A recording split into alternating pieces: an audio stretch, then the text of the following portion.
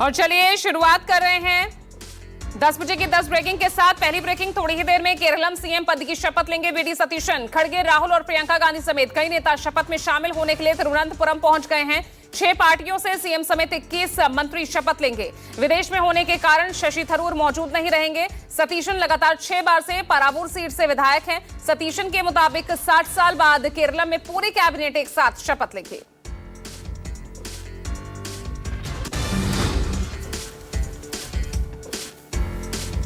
दूसरी ब्रेकिंग, प्रधानमंत्री नरेंद्र मोदी अपने 5 देशों के दौरे के चौथे चरण में आज नॉर्वे की राजधानी ओस्लो पहुंचेंगे। पिछले 43 सालों के लंबे अंतराल के बाद नॉर्वे की यात्रा करने वाले वो पहले भारतीय प्रधानमंत्री हैं। पीएम मोदी नॉर्वे के प्रधानमंत्री जोनास गेहर स्टोरे कैबिनेट के साथ विशेष बैठक भी करेंगे और इसके साथ ही वो नॉर्वे के राजा हेराल्ड पंचम और रानी सोंजा से शिष्टाचार भेंट करेंगे। दोनों ही देशों के प्रधानमंत्री संयुक्त रूप से Bharat Norway business and research summit को संबोधित करेंगे। इससे पहले स्वीडन में पीएम मोदी को सर्वोच्च सम्मान दिया गया था।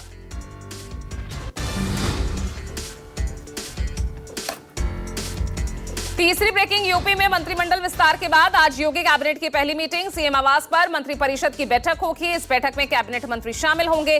सूत्रों के हवाले से खबर कि कल होने वाली योगी कैबिनेट की इस बैठक से पहले नए मंत्रियों को विभाग सौंप दिए गए हैं। भूपेंद्र चौधरी को सूक्ष्म लघु उद्योग, कैलाश सिंह को ऊर्जा और मनोज पांडे को खाद्य एवं रसद विभाग दिया गया है।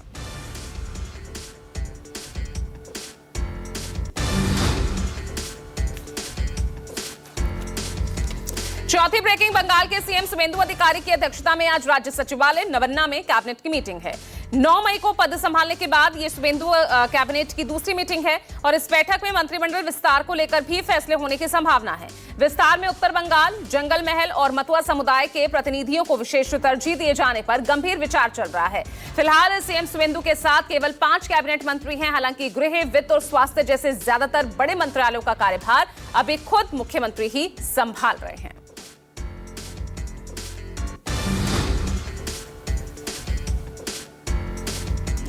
पांचवी ब्रेकिंग, वैश्विक ऊर्जा संकट के बीच पीएम मोदी की ईंधन बचाने की अपील का देश में बड़ा असर दिख रहा है। दिल्ली मेट्रो रेल कॉर्पोरेशन ने आज से हर सोमवार को 6 अतिरिक्त ट्रेन चलाने और 24 अतिरिक्त ट्रिप्स लगाने का बड़ा ऐलान किया है। इस पहल को बढ़ावा देने और जनता को जागरूक करने के लिए दिल्ली की सीएम रेखा गुप्ता आज खुद मेट्रो से सफर कर अपने कार्यालय जाने की शुरुआत करेंगी। सीएम रेखा के निर्देश के मुताबिक हर सोमवार को दिल्ली सरकार के सभी मंत्री, विधायक और अधिकारी अनिवार्य रूप से मेट्रो या किसी सार्वजनिक परिवहन का इस्तेमाल करेंगे।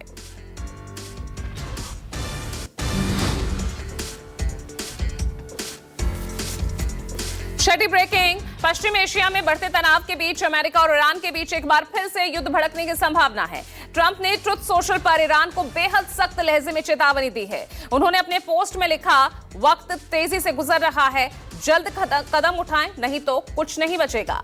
अब इस धमकी भरे पोस्ट के बाद वैश्विक कूटनीतिक और अंतर्राष्ट्रीय बाजारों में हलचल तेज हो गई है। ट्रंप ने ईरान के नेतृत्व को संबोधित करते हुए कहा कि अमेरिका की बर्दाश्त करने की सीमा समाप्त हो रही है।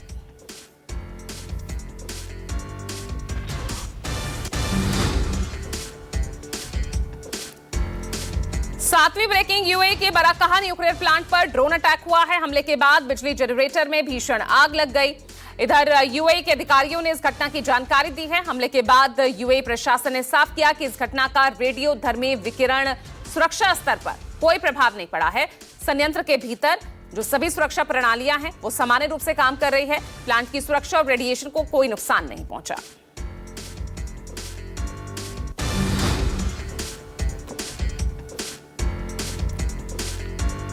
आठवीं ब्रेकिंग, यूएस के आइडाहो में gun fighter skies air show के दौरान बड़ा हादसा हुआ।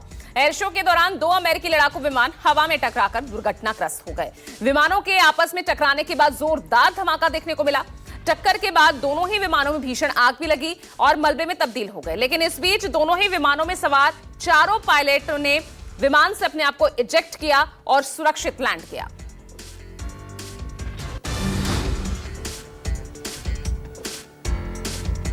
नौवीं ब्रेकिंग, गुजरात के महिसागर में दर्दनाक सड़क हादसा देखने को मिला। बेकाबू कार की टक्कर से 3 लोग गंभीर रूप से घायल हो गए।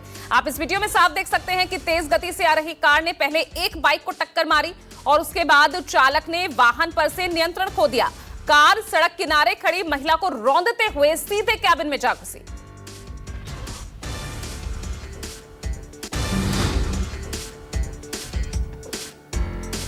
और 10वीं ब्रेकिंग, अलीगढ़ में बच्चों के बीच मामूली विवाद में खूनी संघर्ष देखने को मिला, जिसमें एक बुजुर्ग की मौत हो गई है। बताया जा रहा है कि इस मामूली विवाद में बच्चों के बीच कहासुनी हुई और देखते ही देखते दोनों पक्षों के जो बड़े थे वो झगड़े में शामिल हो गए और इस दौरान एक पक्ष के लोगों ने दूसरे पक्ष के बुजुर्ग पर ईंट से हमला कर दिया। इलाज के दौरान बुजुर्ग की मौत हो गई। अब पुलिस मामले की जांच में जुटी है।